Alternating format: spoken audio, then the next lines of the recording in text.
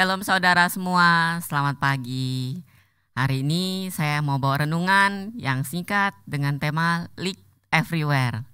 Apa tuh artinya?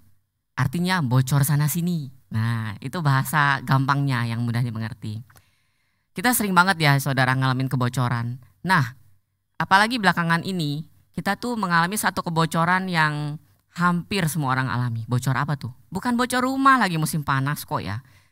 Bocor kantong. Benar?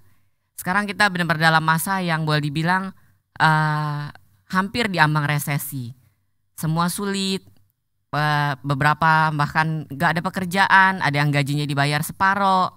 Banyak sekali kendala kita, terutama untuk masalah finansial.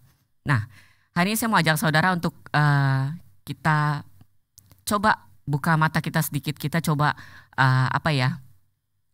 lihat sendiri lagi, balik ke dalam diri kita masing-masing. Sebenarnya gara-gara apa sih nih bocor sana sini? Nah, hari ini saya mau ambil ayat dari Hagai 1 ayat 6 dan 9. Kamu menabur banyak tetapi membawa pulang hasil sedikit. Kamu makan tetapi tidak sampai kenyang. Kamu minum tetapi tidak sampai puas. Kamu berpakaian tetapi badanmu tidak sampai panas. Dan orang yang bekerja untuk upah, dia bekerja untuk upah yang ditaruh dalam pundi-pundi yang berlubang. Kamu mengharapkan banyak tetapi hasilnya sedikit. Dan ketika kamu membawanya ke rumah, aku menghembuskannya. Oleh karena apa? Demikianlah firman Tuhan semesta alam. Oleh karena rumahku yang tetap menjadi leruntuhan. Sedang kamu masing-masing, dengar, sibuk dengan urusan rumahnya sendiri. Nah loh, saudara-saudara, waktu saya baca ayat ini, itu benar kayak ditabok ya. Saya benar, aduh Tuhan, saya kayak orang tidur dibangunin dengan suara petir. Benar, saya merasa diri sendiri itu membuat suatu kesalahan. Apa? Kita selfish.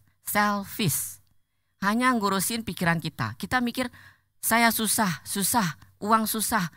Sekarang apa-apa susah.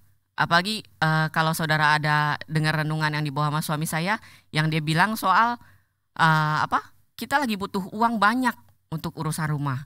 Itu benar angkanya tuh nggak kebilang saudara. Saya nggak pernah kepikiran punya uang seperti itu. Kita jadi selfish, kita jadi mikirin fokusnya ke saya. Nah, disitulah Tuhan tuh mengajarkan bahwa kita nggak bisa seperti itu. Apalagi bukan cuma masalah ini, dikatakan apa? Oleh karena rumahku tetap menjadi reruntuhan. Saudara, kita diajar untuk memberi 10% buat Tuhan. Ketika itu, Tuhan cuma minta itu benar-benar 10%, 90% itu buat kita. Sekarang saya akan perhadapkan kita pada satu pilihan, baik untuk saya juga buat saudara. Saudara milih untuk dapat 90% dan mengembalikan yang 10% buat Tuhan, atau kita nggak dapat apa-apa. Tuhan menghembuskannya. Nah, oleh sebab itu saya belajar dari ayat itu untuk tetap setia bayar perpuluhan. Itu 10% hak Tuhan, bukan hak saya. Karena walaupun 10% ini saya pakai, saya akan tetap kekurangan. Jadi mendingan saya balikin 10% ini dan Tuhan akan memberikan berkat buat kita. Di mana? Itu ada ayatnya, kita coba lihat lagi di Maleakhi 3. Dikatakan Maleakhi 3 ayat 10-11, bawalah seluruh persembahan persepuluhanmu ke dalam rumah perbendaharaan, supaya ada persediaan makanan di rumahku. Dan Tuhan bilang apa? Ujilah aku, firman Tuhan semesta alam. Apakah aku tidak membukakan bagimu tingkap-tingkap langit dan mencurahkan berkat kepadamu sampai berkelimpahan? Tuhan sendiri bilang, ujilah aku. Sebab itu saudara, jangan kita mengambil apa yang bukan hak kita. Jangan kita egois, pikir itu kurang. Saudara 10% itu ketika saudara kembalikan buat Tuhan, itu tidak akan membuat saudara kurang, tapi akan membuat saudara lebih. Malahan kalau saudara mengambil 10% itu, saudara akan kehilangan 90%. Pilih mana? Saya akan memilih, saya kasih Tuhan 10%. Karena Tuhan menjanjikan hal seperti itu. Kalau Tuhan berjanji, itu udah pasti. Orang lain bisa ngomong lah, alah gak mungkin. Uji Tuhan saudara. Saya bukan katakan saudara terus matre atau apa, bukan. Gue pasti nih kalau kasih 10%-nya nanti Tuhan berkatin. Jangan fokus ke sana. Tapi fokuskan diri Anda pada itu hak Tuhan, bukan hak kita. Jangan kita egois, yang bukan hak kita kita ambil. seakan-akan kita itu lagi merampok Tuhan. Ya kan, seakan-akan walaupun bukan. Tuhan nggak merasa dirampok, tapi salah kita. Itu bukan hak kita. Jadi saya ajar teman-teman, saudara-saudara, semuanya, saudari-saudari, kita belajar satu hal. Berikan apa yang menjadi hak Tuhan kepada Tuhan.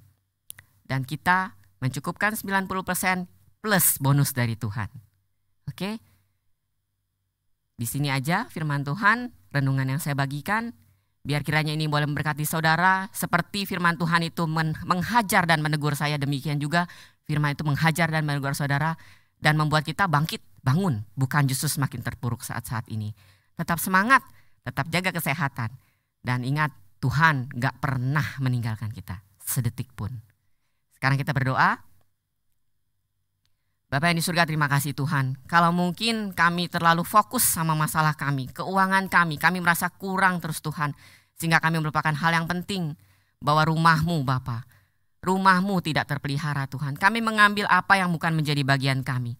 Ajar kami Tuhan untuk tidak serakah Tuhan, untuk mencukupkan diri kami dan untuk belajar memberikan bagian yang milik-Mu Bapa kepada Engkau. Dan kami percaya Tuhan, Engkau akan memberikan yang terbaik Bapa buat kami. Dan kami percaya Tuhan, kami akan sanggup melewati setiap badai kehidupan selama kami bersama dengan Engkau Tuhan. Terima kasih Bapa, segala kemuliaan bagi nama-Mu, hal Yesus. Amin.